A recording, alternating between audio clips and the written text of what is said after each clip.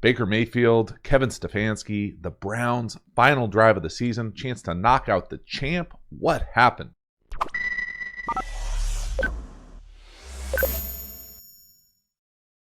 Hi, everybody. Welcome to the QB School. Today, we are breaking down the Browns, Baker Mayfield, Kevin Stefanski.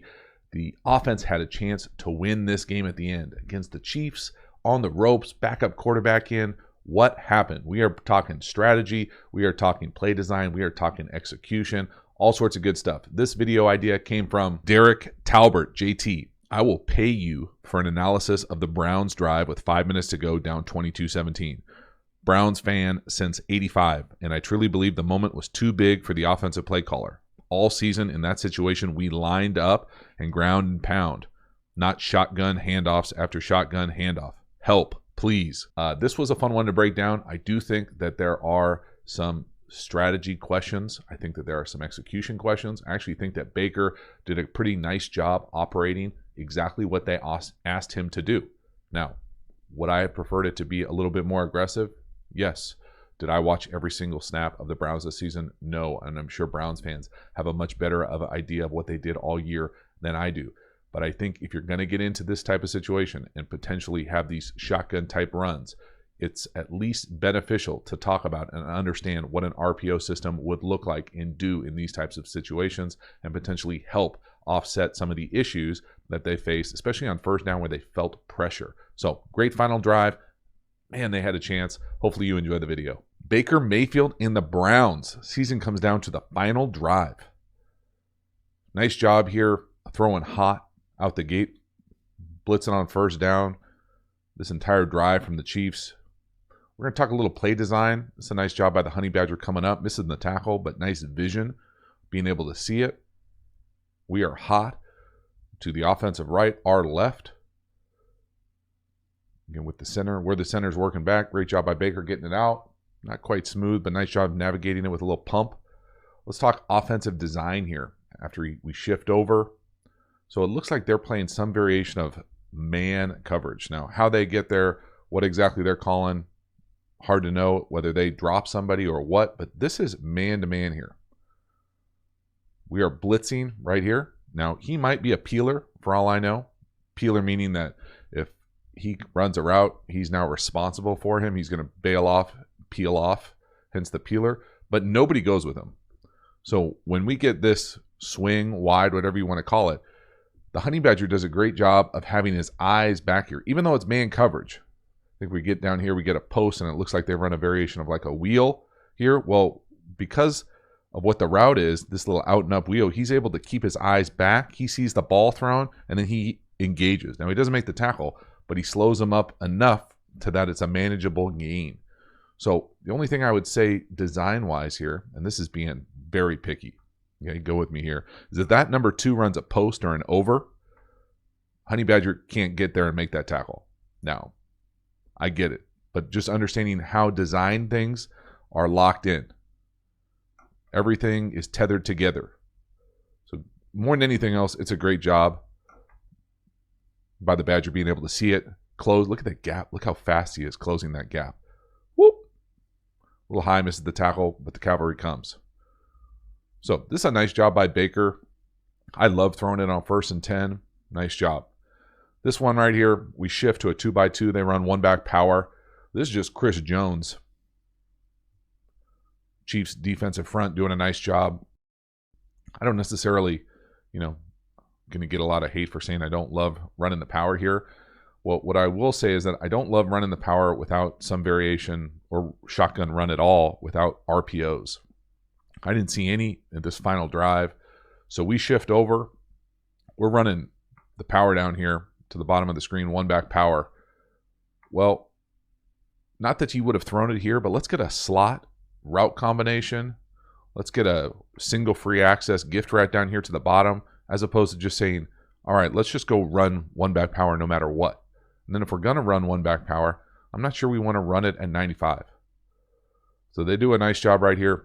Let's quickly talk one back power, exactly what's going on. The essence of this thing for me, this whole play, first of all, you got to be able to block the defensive end one-on-one right there with the tight end. But this whole play to me is off this double team. So we're going back here with the center. These two are going to 53. Now that's perfect world. Okay? The wrapper, guards coming across for 54. Right here, one back power. Now, you can make the argument, not a great angle for the back and gun, whatever, but what you can't make an argument for is that you can't lose the double team right here. Now, sometimes he's going to scrape over, make the play great. That's why I love power. All the big runs usually happen out the backside, the minus A, the A. You hear A gap power all the time. But this, let's just watch the double team, this deuce to 53. So there it is. Now, first of all, 95 gets off the rock. Big dude, 77. They need to move that double team. 77 coming off to 53. He's got no chance to get there. 95 does a great job holding the point. Linebackers scrape over. And because we're in gun, he can't get out that backside A gap. Look at that backside A and B. If we were under center or in pistol, you can see how on that backside cut is going to have an opportunity. It allows 53 to flow over the top. The double team never gets there. And that's a wrap. Look at 95. Goes from getting double teamed, beating the double team, scraping down the line of scrimmage, finish the play. Eat. That is awesome. 3rd and 6. Now, this is a nice job finding a way to get a conversion. Love the play call, full slide, quick snap. So quick snap they can't get the film locked in here. It's a nice 3-person. It's got multiple beaters. What I mean by that is it's probably good versus zone, good versus man. Pause it here to be able to draw up exactly what it is. It's a little whip with a sail or layered route out to the boundary. Again, I love the fact not only how they designed this thing, so it's a bunch. It's going to be distorted defense from jump. And the ball ends up going here on this whip, arrow, in and out, whatever you want to call it right there. It's a nice man beater. Got some potential for a zone. Basically replaces a flat normally on this type of route, meaning that the number 2 is running the go. The number 3 is running the 7 deep out or sail here. And then normally something's in the flat. Well, when you build it in with a whip here, that acts as a nice man beater too. So nice, easy read. You can read it top down. You can read it bottom up. Bunch of different ways to do it. Other thing to pay attention to that I love here, pass pro wise, is we get a full slide. Now the tight end doesn't do it correctly, but we're coming across here, full slide in these type of third down things. Adds a nice layer to me to maximize the protection in case we face any sort of man or man match type defense. Unless they're great at funneling that guy. But again, they're bringing 7. It's a nice job winning on the whip route, getting as close as you possibly can to a first down, fighting for it. It's a nice tackle to defensively coming up, rallying the troops, not letting them get a first down. But makes it so close that they got an opportunity to go for it on 4th. So pass pro wise, watch this full slide to our right, their left.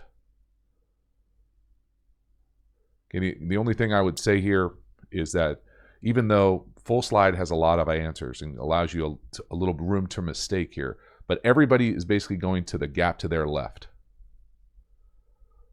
The back is coming all the way across to take the first thing off the hip of the tight end. Well, what happens here is this tight end plays a little bit of hero ball. He steps down to secure his gap, secures it, but then goes out, turns out to the next guy. Well, that's the backs guy. What happens here is 56 wraps right around where the tight end should be and potentially could have got there if Baker didn't get the ball out so quickly. So just watching the tight end here, super detailed, nuanced pass pro because I'm living it right now, finishing up the course. You can see just his eyes right there, just hanging that gap, Someone's coming. You can see technically they got us. 57's going to run free. Someone's running free here.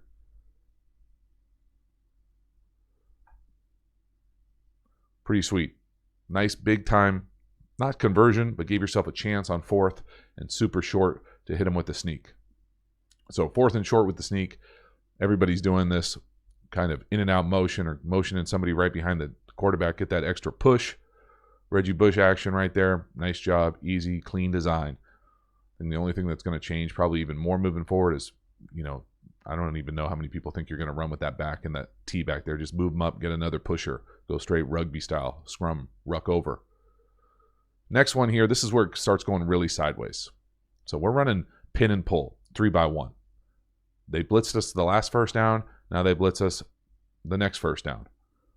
Now Honey Badger gets eaten, but it doesn't matter. He's pointing. He did his job. We're going to watch 95 Chris Jones just wreck this play. Right tackle can't get down when Jones leaps into the A gap. Just great job. Look at the big guy moving his feet. That is just special. But play design here for me, again, I would love to see an RPO element of this. If you had the number 2 down here running a bubble, running a hitch, something to allow, in case we get pressure off the edge, in case we don't like our numbers. We only have 6 blocking, right? They've got 7 in the front with the pressure. It's never going to be a good look. Now, it would help if the right tackle could get down, but 95 is pretty good. He almost wrecked the last run. You can see the right tackle just swinging and miss. And the only thing potentially to say there is to cheat that split a little bit, but guys in the league are going to pick up on that immediately. That's just Chris Jones wrecking a play. I mean, that's a thing of beauty. Look at his feet. Full speed. I mean, that dude is over 300 pounds. And watch the right guard just eat the honey badger. Boom. Oh, my God. But great job by the Chiefs getting a big-time stop. So, TFL, first down. Not a great call. Again, would love to see an RPO element there. 2nd and 11. This is the play design that really chaps me. So this is 3-by-1 flow screen to the back. So the back's going to be on the right. We're screening back to the left. And not necessarily mad at the call. I'm mad at the design, the offensive architecture of this play. To me, this play needs to be run with either side adjusts or free access gift routes. So what I mean by that is when you get heated up, they're bringing at least 7. And I'm going to count the defensive ends dropping as part of the rush here. They get in the weeds about if it is or if it isn't. But they're bringing 7. We need to be responsible for 7. Well, we only got 6 blocking for this screen. And depending on how you block these screens, it's not even 6. So again, slide screen. I might as well draw it up first and then let the defense move around. So this flow slide screen, however you want to determine this, right here. He's coming across. And just nice and easy. We're going to usually slingshot the tight ends and the 3 interiors are getting out. Okay, that's fine. But if this was just 6-person protection, so 5 offensive linemen in the back, and they brought these 2, just about every NFL offense is going to have some variation of a side adjust here. So versus press, it's going to be a fade or a slant. Bet a lot of money. That's a side adjust. So to me, when you run screens, the pass pro unit and the hot side adjust routes, these guys, they need to be working their normal rules. So if you get hit with 4 weak here, you have to have a side adjust on. It has to happen. So much so, and this is going to toot our own horn, high school ball here, we run this, pretty much this exact screen. We run it with, guess what? A slant and hitches here. Why? Because if you get pressure off the edge, I don't want to teach how to do side adjusts. I'll just have the side adjust built in. So if you can throw the slant, throw the slant. If you can throw the hitch, throw the hitch. If you can't, that means everybody's dropping off, throw the screen. So I know that all these NFL offenses have built-in side adjusts. But to get caught like this and not block the protection first into the screen, it's not sound. This is unsound. Whether Baker doesn't see it and he needs to throw the go down here, which maybe that's what it is. I doubt it. But like, look at the number 2 up top. If he runs a hitch or a sight or a hot, something. Either the X down here or the number 2 needs to get the ball here. When they're going to bring 7, now if you can get the screen out, great, but they're going to drop defensive ends with this kind of zone pressure. It's going to be really hard to screen. It's a great defensive call, but I really dislike the offensive architecture of this specific play.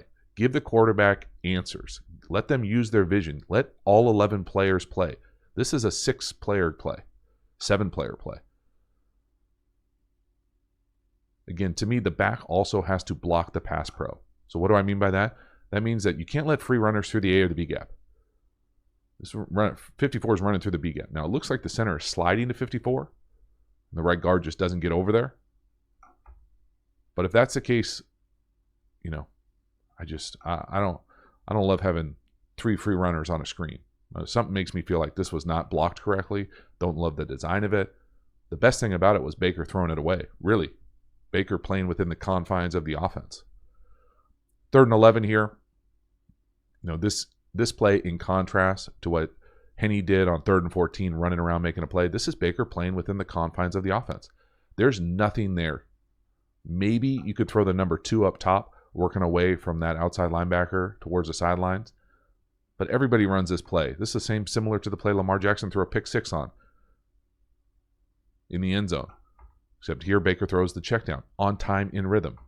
That's not a great throw, but again, maybe he makes one miss. He's still not going to get the first down. The cavalry's rolling, but he's playing within the confines of the offense. There's no great answer here. I actually like that he gets the ball out on time. If you're not going to scramble, get the ball out on time. And again, guess who's going to wreck this play? Watch 95. Left side, defensive tackle. Right guard, see ya. He hits him. So, you're not going to have time to do much else. That's all you can do. So, I think it's fair to wonder about the structure of some of these plays, specifically the run plays without any RPO element, the screen. This is always going to be tough. 3rd and forever is going to be tough. The Chiefs make it look easy. This is the reality for 3rd and long. You just wish, I think it's frustrating for fans, I'm a fan of offensive football, to go out without feel like you're being aggressive. And this felt like you weren't being aggressive. Throwing the ball behind the line of scrimmage, not throwing the ball down the field, not having answers versus pressure, rough. So that is a wrap. Was the moment too big for the Browns play caller? Maybe. I don't think it was too big for Baker Mayfield. Pretty impressed with how he played, gave his team a chance to win the game. Let me know what you think. I appreciate you hanging to the end. I will see you next time.